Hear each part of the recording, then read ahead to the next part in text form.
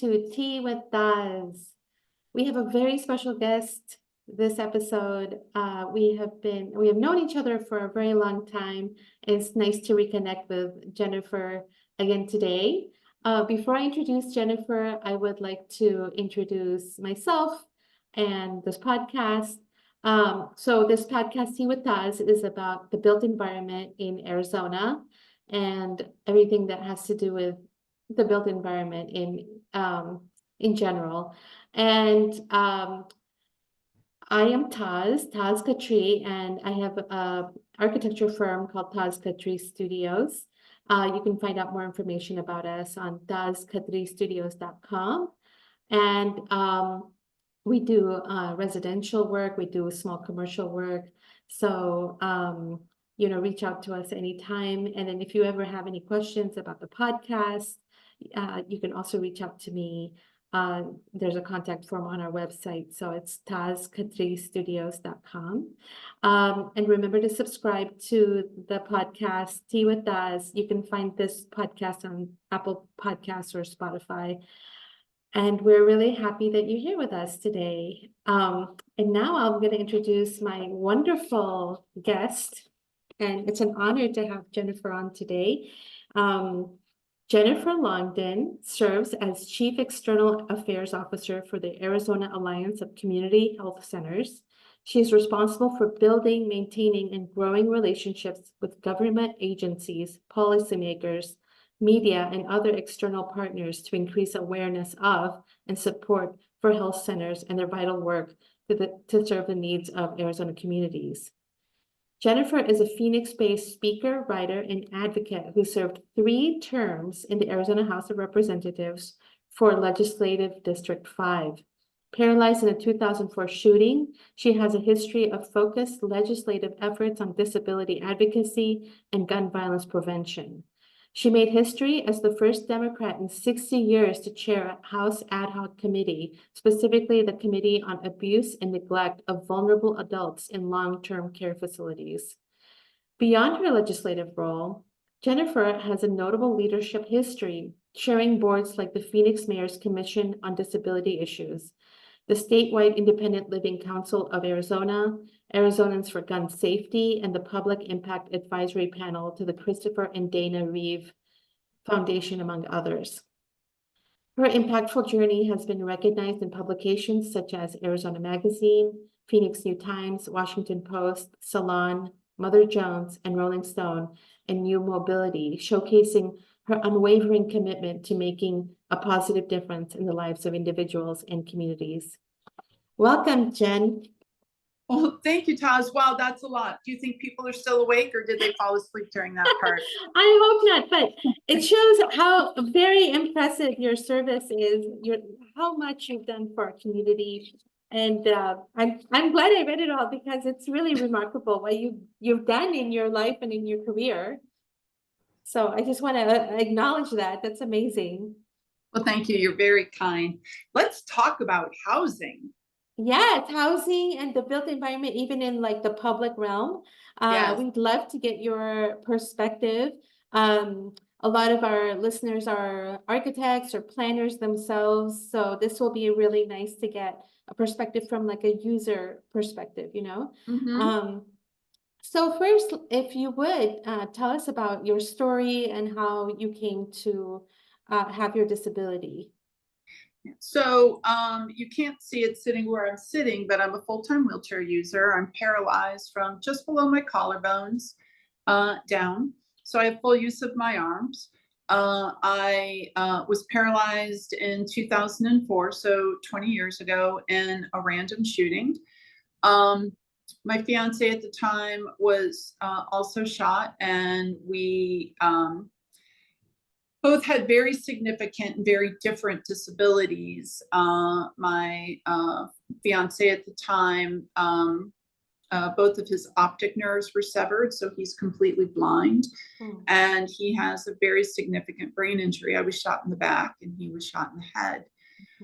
So I got a very immediate and deep orientation in cross disability issues, because some of the things that made my life easier a lot of space to move around in, made his life harder. He wanted things exactly where he could reach them.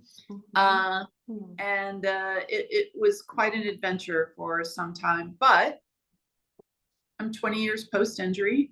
I live in a beautiful little brick bungalow built in 1926. So I live in a historic home in one of Phoenix's historic neighborhoods. I work, I drive, I travel. I do all of the things that other folks do other than take stairs. So that's me. That's awesome. Thanks for sharing your story. I know you've been a longtime advocate for accessibility, so I'm very excited to talk to you. So you mentioned that you live in a historic home, and before the ADA, there wasn't a lot of awareness of disability issues, accessibility issues, but maybe it wasn't such a big deal in homes, probably didn't show up as much, but I just was wondering how you've modified your historic home to accommodate your needs, and what was the most challenging or costly modification? Well, so the most challenging and complicated things I did were structural to the house because it hadn't been loved for very long. And so, you know, roof trusses and its a pier and post system. And when the cast iron plumbing rotted under the house and left nothing but rust, apparently we washed out a couple of the piers. So that was quite an adventure. But with this house in particular, this is the second house I've renovated for accessibility. What was important to me was to maintain the historic character of the home while making it accessible.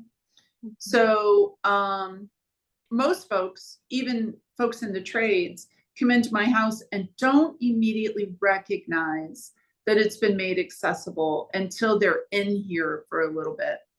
And it starts at the curb.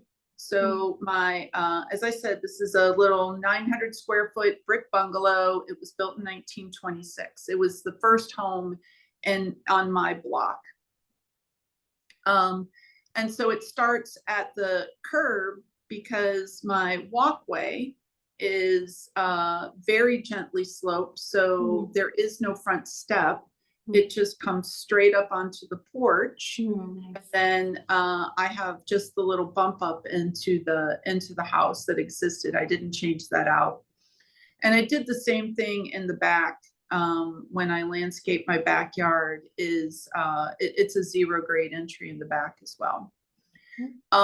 Inside the house, I wanted to make sure that, you know, when I leave my home, eventually, I want the next person who lives here to be able to quickly and easily restore it to typical.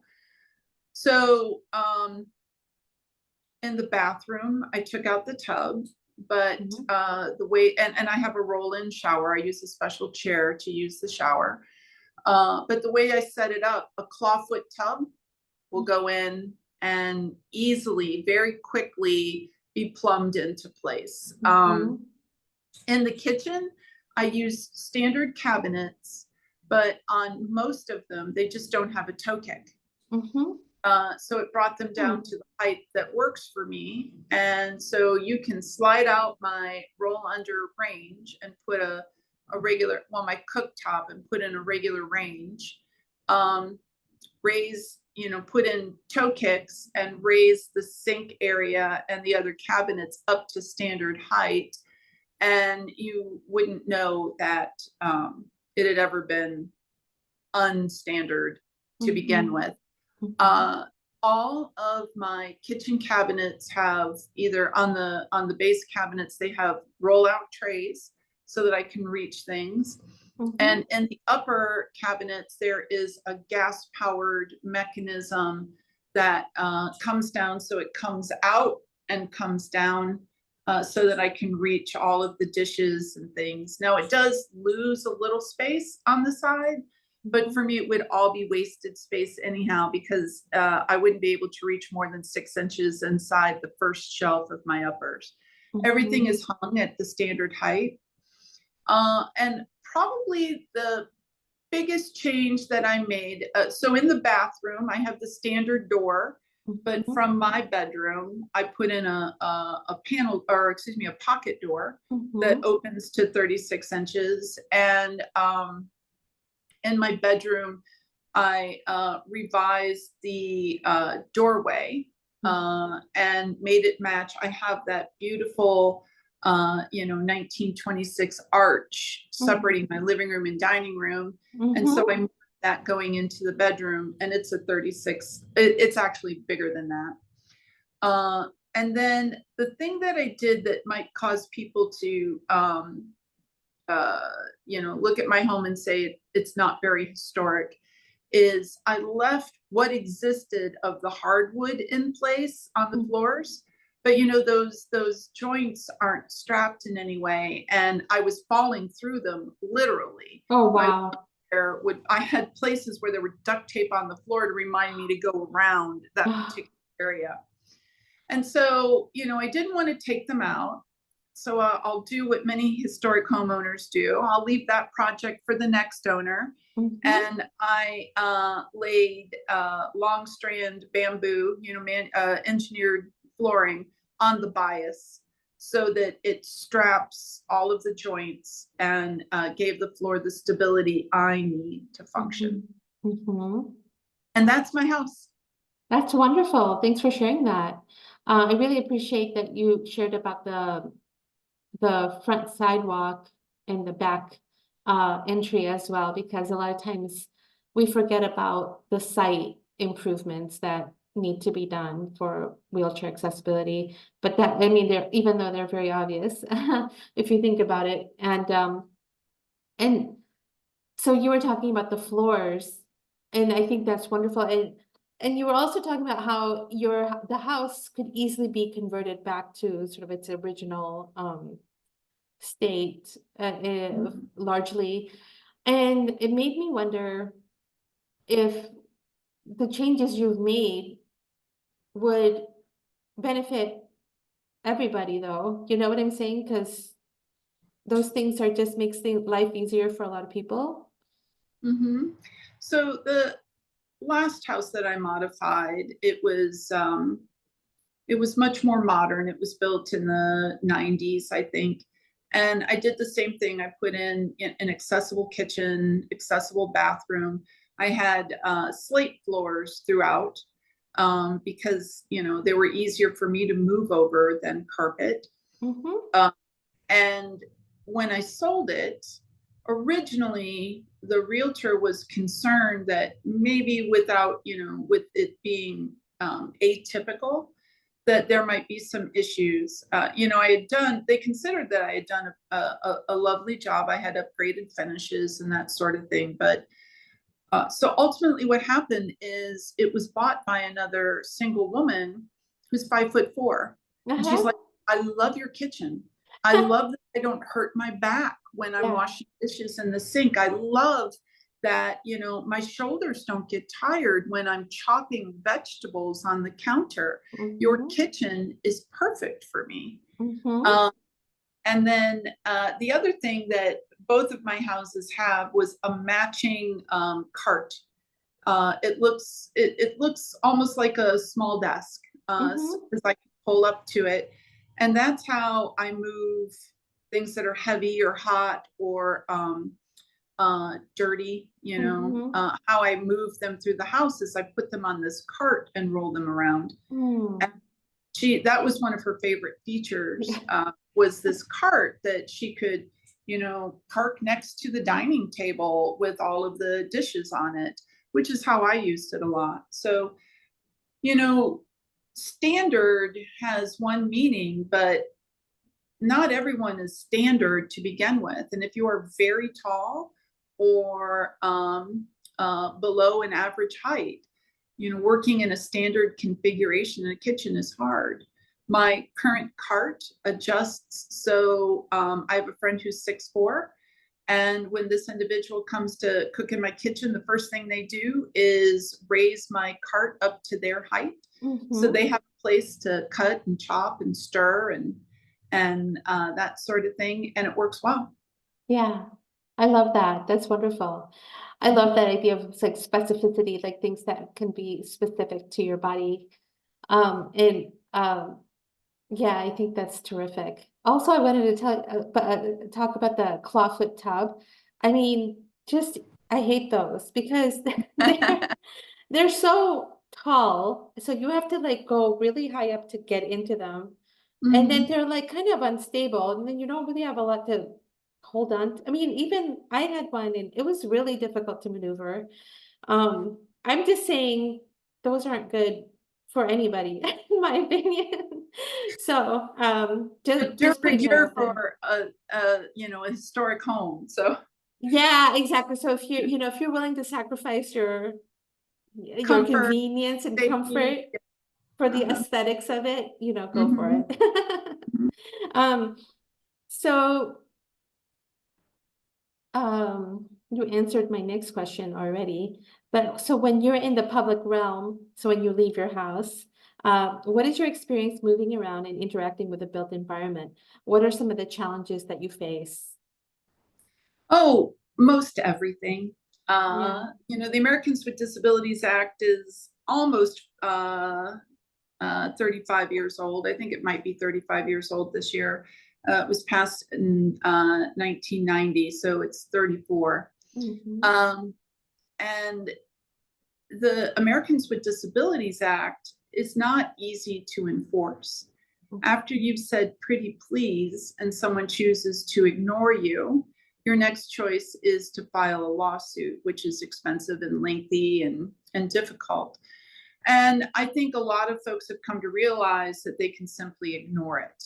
Hmm. Um, but the Americans with Disabilities Act is not a pesky building code. It is a statement of civil rights. Hmm. It codifies the civil rights of people with disabilities. And 1 in 3 people in our nation live with a disability of one sort or another. Not all of them require physical accommodations in the way that I do, but that doesn't mean I shouldn't be allowed to eat in your restaurant or shop in your store or hotels are absolutely the worst. Um, Hmm. so, when you're getting ready to go out, Taz, you think about, well, what's parking like? Well, for me, parking is even a more difficult issue Hmm. because there's a lot of competition for those 1 to 2 accessible spaces that, are really convenient for everyone. And so that's where people put that's where they offload their dumpster. That's where they put all the gravel for their next project. That's where, Hmm. the Hmm. UPS truck lands because they're only going to be there for a minute, as well as the scofflaws. Then I have issues sometimes getting inside of the building. Um, People totally ignore the rise to run ratio or run to Hmm. rise rate, whatever it is. You know what I'm Hmm. talking about. You're the architect. Hmm. They ignore that. Um, Bathrooms, I spend a lot of time asking a lot of questions to determine if I'm going to be able to use a bathroom while I'm out. If you're going to a restaurant or you're going to an event and you're going to be gone for multiple hours, there's a reasonable expectation that someone might need to use a restroom. Yeah. Bathrooms aren't sexy to talk about, but they're a huge equity issue Hmm. because it's like, oh, hello, I've come to your event and there's not an accessible toilet available, so I can't eat and can't drink, and I can only stay for maybe 2 hours because I also, I came to you, and I'm going to have to leave and go home or go somewhere Hmm. else where there is an accessible restroom. Hmm. Um, and I look at how some people do accessibility and it's like, I don't know what you were thinking. Clearly, you've never actually met a person with a disability Hmm. because all you have to do is follow me into the restroom once to know that doesn't work. Hmm. Um, I'm Hmm. currently nursing 2 broken toes. Hmm. because I tried to push into a bathroom and the door was much heavier than I expected. Oh, And so it buckled my toes. And oh, so they're both of my big toes are currently broken. oh, oh no. Yeah. So yeah, and that's something that I you wouldn't think about, like the heaviness of the door, like or I don't even know if it's put in it's in the ADA guidelines. Maybe. There is a little there's a little tool that you can use to push and measure the weight of the door. I think there's something about 8 pounds of pressure or something. And I know that most people violate that. Mhm. And for me, the irony is right before my injury, my fiance finished out a commercial build. He owned in essence, a strip mall. Mhm. And on the final walkthrough for the C of O, the building inspector came through and failed it because of a 1/4 inch in the bathroom. The counter Wow. stuck out a 1/4 of an inch into the space that would be used for toileting in the men's room. And I'm like, a 1/4 of an inch? You're joking. And Uh-huh. honestly, I thought, because I'd come here from Chicago, not throwing stones, I thought that the next step was I was supposed to hand him a bunch of cash, right? But Yeah. he was absolutely serious. We Uh-huh. were going to fix that 1/4 inch. And I was livid. What difference could a 1/4 inch make in a person's life? And you have no idea how many times I've been denied access by a 1/4 inch. Wow. Yeah. I live with that all the time going, this is way too much karma for that. Yeah, for sure. Yeah, you're right. That is such a great story because, in my world, a lot of times I'll hear complaints about, when I worked at other firms that, oh, I can't believe, we have to make the ADA toilet this big. It takes up too much room. Like there's just not enough room for the 5 foot turning radius and just sort of a lot of resentment about having to comply with ADA. And, so I encountered a lot of that. And then my dad had a stroke and he had to use a wheelchair, and then my mom as well. So I would help my mom in the bathroom while she was in the wheelchair. And it just was such a great education for me as an architect, and to be like, oh, wow, this really, really matters, to a lot of people. I mean, but I didn't know until this happened to my parents. And we're all going to get older. We may get into accidents. It's just impacts everybody, and I think some of us are like, oh, well, it will never happen to me. It doesn't matter, but really, it can happen to anybody. It will happen to us when we get older too. With 100% certainty, every person will be disabled for some period of time if they survive their disabling incident. Hmm.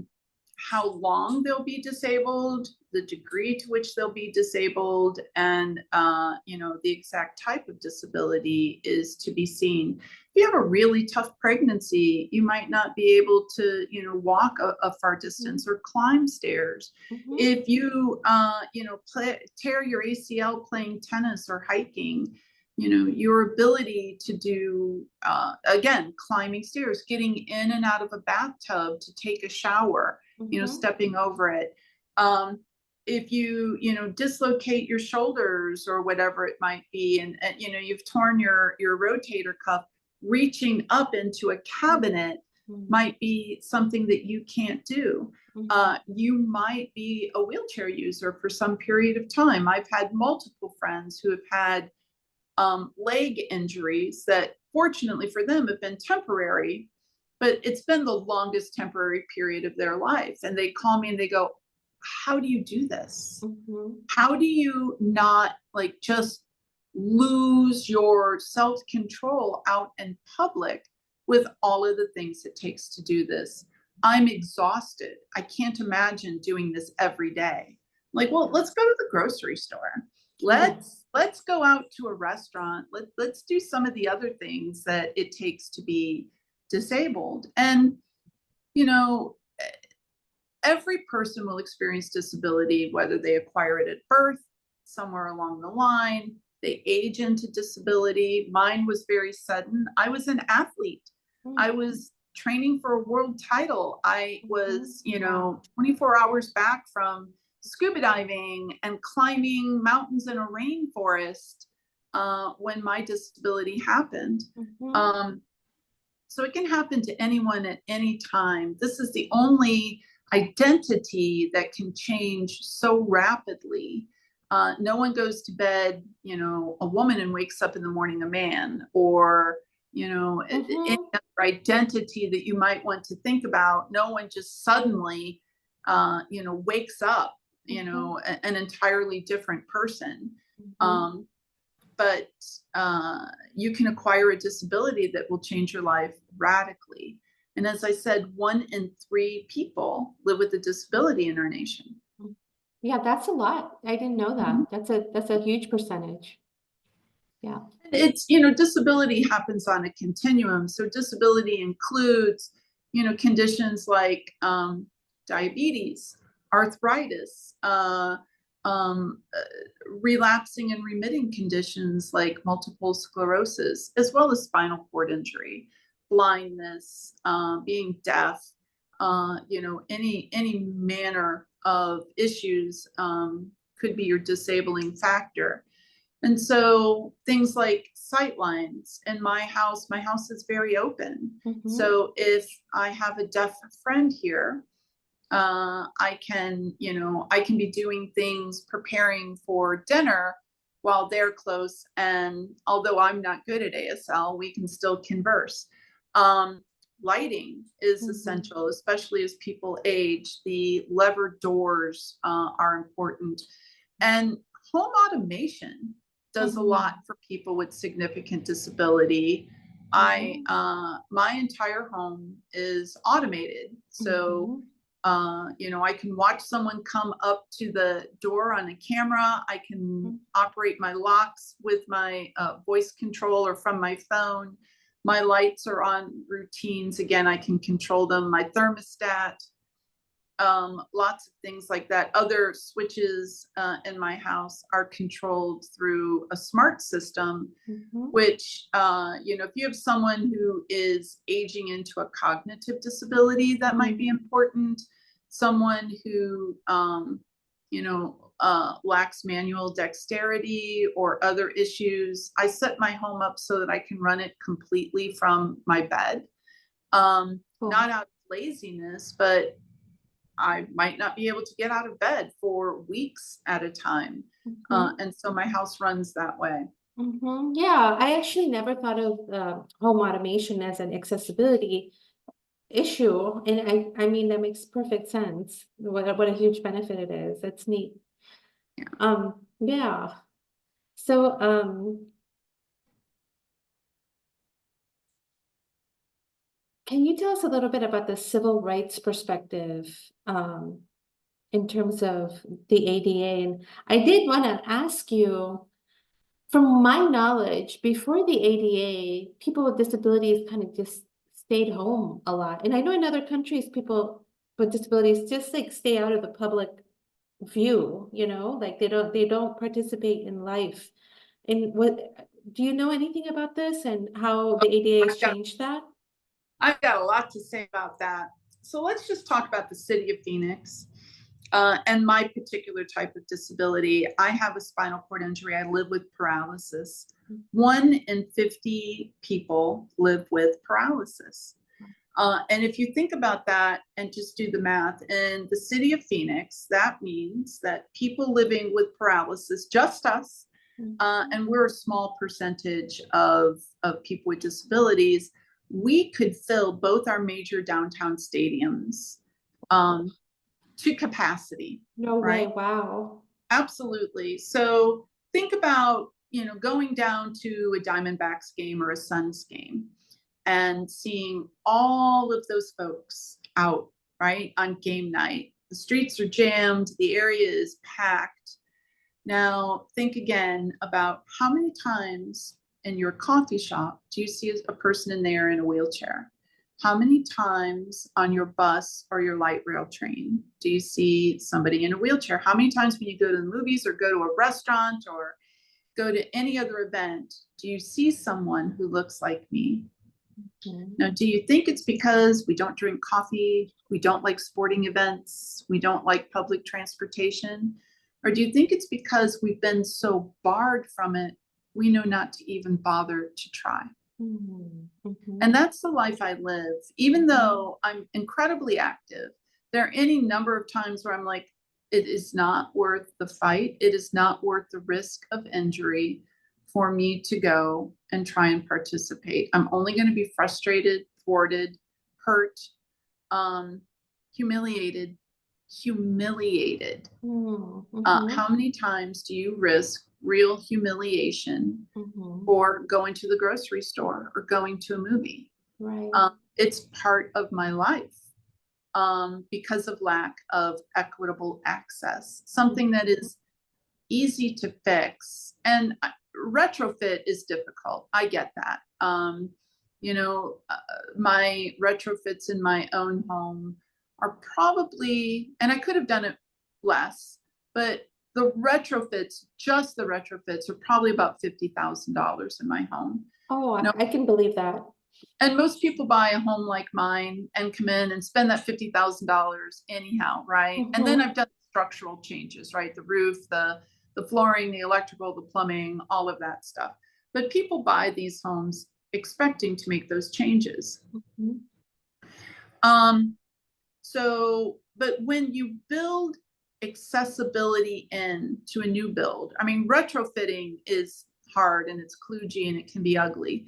But when you bake it in from the beginning, from the moment you start site planning, it's much less expensive, especially if you're building a project, one 36-inch doorway in a home when you're building several hundred of them and you're bringing in, I don't know, interior doors and a semi-truck, right? The additional expense of that is minimal. It doesn't take any more labor to put in a 36-inch door than it does a smaller one. And so when you build it in from the beginning, you create an environment that is welcoming to all. So imagine, Taz, as your parents aged and lived with their disabilities, that they could no longer come to your home, participate in family dinners, visit the grandkids. I have not been in very many of my friends' homes. There are many friends I only know in my own environment. And so I'm missing a certain richness and being able to walk into their home and, see how they live, see this collection of kids' birthday cards on the counter or, grandma's tatting scuttle, framed in the hallway or whatever it might be. I'm missing those pieces of my friends and my friendships simply because I can't get in their front door. I'm missing those dinners and those long, soulful things that happen. And while I'm missing them, not that I'm not special, but they're missing something too. They're missing the perspective, the richness that this friend brings into their home, that this relative brings when they come in. And that's what happens when we don't create an inclusive community. We actually have community. Yeah, that's a really, really good point. Yeah, for sure. Yeah, I remember, when my mom and dad were in wheelchairs, we really had to think where we can take them if they had a wheelchair accessible bathroom, like parks and, just things that we would take them, just have fun as a family. We would have to really ask, oh, can you get a wheelchair in here? So it is, yeah. And I'm just grateful to have had that experience because Mhm. as an architect, I can just, it just really nailed it home for me, how important this is. Um, so, can you tell us a little bit about like resources that are available for people with disabilities in terms of maybe funding to get to make their home accommodate their disability, or like resources like you said when establishments aren't following the ADA, what can they do? Is there like a hotline? Is there like what can they do?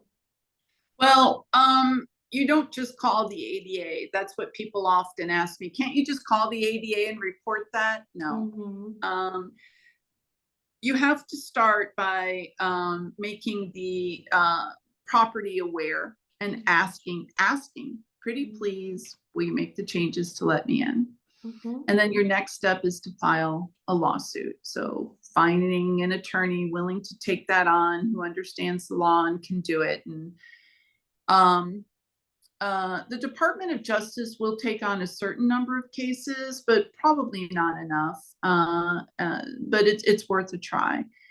As far as retrofitting goes, depending on how you acquired your disability and how you're insured, like Access pays for 1 0 grade entry, some bathroom modification, and I think 1 36-inch door on a ground level. I think that might be right, but that doesn't mean they're going to be aesthetically pleasing, or that they're going to match into your home. And as an architect, you work to create an environment that is aesthetically pleasing and functions well. And I mean, these are important factors.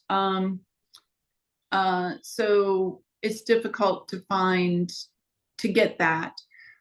Some cities can use their community block development grants toward helping with retrofits. And then there's always GoFundMe. And that's how a lot of people pay for their modifications, is through GoFundMe. Oh, yeah, that's actually a really great idea to crowdfund it. Mhm. That makes sense, right? Because like you said, they're not cheap to make these modifications. So yeah, not everyone can afford it, So you've done a lot of work advocating for accessibility. Can you tell us a little bit about some of the work you've done? Well, so I chaired the Mayor's Commission on Disability Issues and worked to change some city statutes. I worked with the first effort at activism I did was, as a homeowner, I worked with then Councilman Dave Siebert to update the city ordinance so that the city would put in mid-block curb cuts. Some city blocks in some residential areas are quite long. And if you want to visit your neighbor directly across the street, you've got to go all the way down to the corner if you live mid-block, cross and go all the way over. Yeah. Right. It makes those visits less likely. So that was one of the first ordinances I was able to tackle. What I'm most excited about is today I was able to attend Mayor Gallego's State of the City address, where she declared her goal to make Phoenix the most accessible city, not in the state, not in the nation, but in the world. I love that. That's so cool. So I immediately reached out to Councilwoman Stark, who has been appointed to chair this effort, and said, how can I help? And I don't know what that looks like yet, but I can tell you, we talk a lot about the need for additional housing. A good portion of that housing stock needs to be accessible because folks are going to age into disability. And we don't want folks to be forced to go to a nursing home or out on the street simply because their home or their apartment no longer functions for them. And all of us, the one thing that is inevitable is aging. Again, if you're lucky, yeah. we hope to age. Yeah. The Mhm, alternatives kind of suck. mhm, But one should be able to stay in their home. mhm. Um, and those are the things that smart technology are helping with, the things that these types of modifications can help with. But uh, and again, I think organizations like AARP have a toolkit to help folks figure out what accessibility, what aging in place looks like. You know, you want to remove loose rugs, you want to change lighting, you might have to change um, doorknobs and faucet handles rather than twist to be the lever handle. And I love those. My service dog Mhm. is able to manipulate doors and actually open the fridge and get a beer. I Really? don't know how that happened. Uh, the things you can teach a dog to do. Yeah, amazing. Pretty Um, cool. all right. So Mhm, we can, disability is inevitable and it's a natural part of the human condition. mhm. We can make it easy to exist, seamless to exist, or we can make it harder. Yeah. And when we add appropriate ramps and do it gladly, lovingly, Yes. do Yeah. it with, you know, celebrate that ramp. Yeah. You come into my home and you honestly, you know, it doesn't look like a hospital. There's no exposed PVC. I do Mhm, have grab bars. They're mhm, gorgeous. Folks don't even realize they're grab bars. Um, you know, we can make a built environment that accommodates everyone and mhm, does so beautifully and mhm, gladly. mhm, And Taz, it happens with you as the mhm, architect to mhm, stop making these accommodations grudgingly. We mhm, have to put in a 36-inch door here. Going, mhm. we're putting in a badass 36, oh, sorry, doorway here. No, you can say Make that. it amazing. Mhm. Right? Uh, Absolutely. and we can do that. Mhm. I For was sure. I was just at an event at a resort. It was a professional conference. And you know, it celebrated Arizona's architecture, you know, the hacienda style with, like, you Mhm, know, beautiful raised walkways on these colonnades, and then you went down multiple steps into, you know, like a courtyard area that was beautifully shaded for meals and other things. And my only way down mm, was the service access that was hidden around the corner, built for their carts, so that as I'm trying to go down, um, you know, I'm dodging these service people who are coming out with big trays. It was never meant for someone like me to get up. So if it's a buffet line and I go down on this incline that was never meant for me and mhm. get, you know, my soup and spaghetti and Yeah. man, get it on my lap. Now, how do I get back up? Right. Uh, there, the ladies' room that most people use, and there was a big sign on the door that said it was accessible. That's where I broke my toes. But Mm, uh, uh, when I went into the stall, yes, indeed, there were grab bars on each side. mhm. Lovely. But there wasn't enough room. So I had to go to the bathroom with the door open. And all of these Oh, ladies are like, yeah. oh, we don't mind. And I'm like, oh, good for you. Thank you for not minding. What about Mm, I yeah. mind? Yeah. I mind.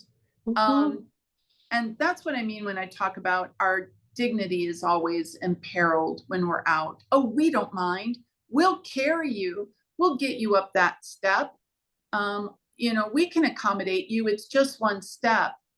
I don't want you to lift me. It's undignified. It's unsafe. You're going to get hurt, or I'm going to get hurt. You're going to break my wheelchair.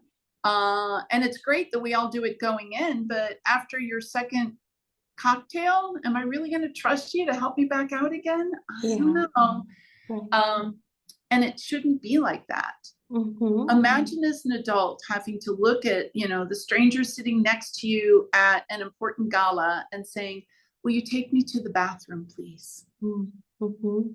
Yeah. Yeah, for sure. Yeah. Mm-hmm.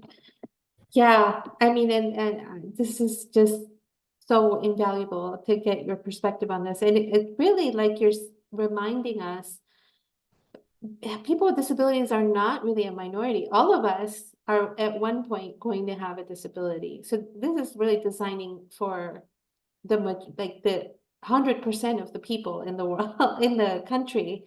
So I don't think people think of it that way. And I think people with like, who are developers and architects and planners sort of see it as an inconvenience. Um, and like you're saying, I love that idea of like, we should be celebrating being inclusive and universal and doing it gladly, just like we gladly make something beautiful. I mean, and that's part of being beautiful is having it be accessible, I mean, I think that's a absolutely right way of looking at it. And not as an inconvenience. Mhm. Yeah. It would be amazing to go places and not be grudgingly accommodated. It has to be 32 inches and we've done exactly 32 inches. Mm-hmm. But to go someplace and be welcomed, look at all of the places. Now, I'll use a different example, hospitality. The number of places that want you to know they've got 5 stars, 5 diamonds, whatever it is. Threads, sheets have to be 400 count in order for us to get our rating. Ours are 600 count. Service, your phone has to be answered within 30 seconds. We do it in 15, right? Mm-hmm.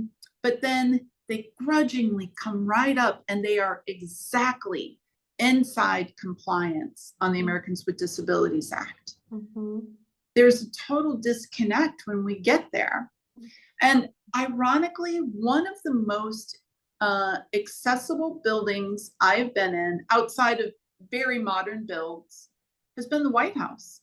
Really? Huh. It shocked me, to go into, one of the older buildings in our nation to find such great access. In part, it started with FDR. We had a paralyzed president. People don't always remember that. Mm-hmm. And I went from the East Wing to the West Wing and used FDR's ramp. No, it's steep, but they're not going to change it out because it was FDR's. But the modifications that the White House has made to be accessible without harming the history of our nation, maintaining the reverence and, the position that this building should hold for its people. When I left there after my first visit, I'm like, if they can do it here, they can do it at the Phoenix Convention Center. They can do it at, this restaurant down the street from me. And I refuse to accept anything less than the treatment I got in, one of the oldest buildings in our nation. So certainly we can do it. Yeah. Well, with that bright spot, I didn't know that about the White House. That's such a great example to all of us, that what you can do with a truly historic and significant building and make it feel welcoming. That's really great to know. And how significant is it that we did have a president that was paralyzed? And I know he tried to hide it sometimes because back then, or Oh, even now, yeah, it was like a source of shame or whatever, but which is unfortunate. But yeah, I mean, it's so, this issue of disabilities is so pervasive in our lives, but it's something we try to turn our faces away from it, And yeah, it is such a big mistake. But I really, really appreciate your time and your sharing with us your experience, and your expertise and your thoughtfulness. And I hope we can talk again sometime about this. And I hope to talk to Mayor Gallego and Councilwoman Stark about their plans to make the city accessible. That's super exciting. Um, Thanks for telling me about that. And yeah, I just want to thank you so much, Jennifer, for participating today and for giving us your time. Well, Taz, thank you for the invitation. I really appreciate it. I'll look forward to talking to you again some other time.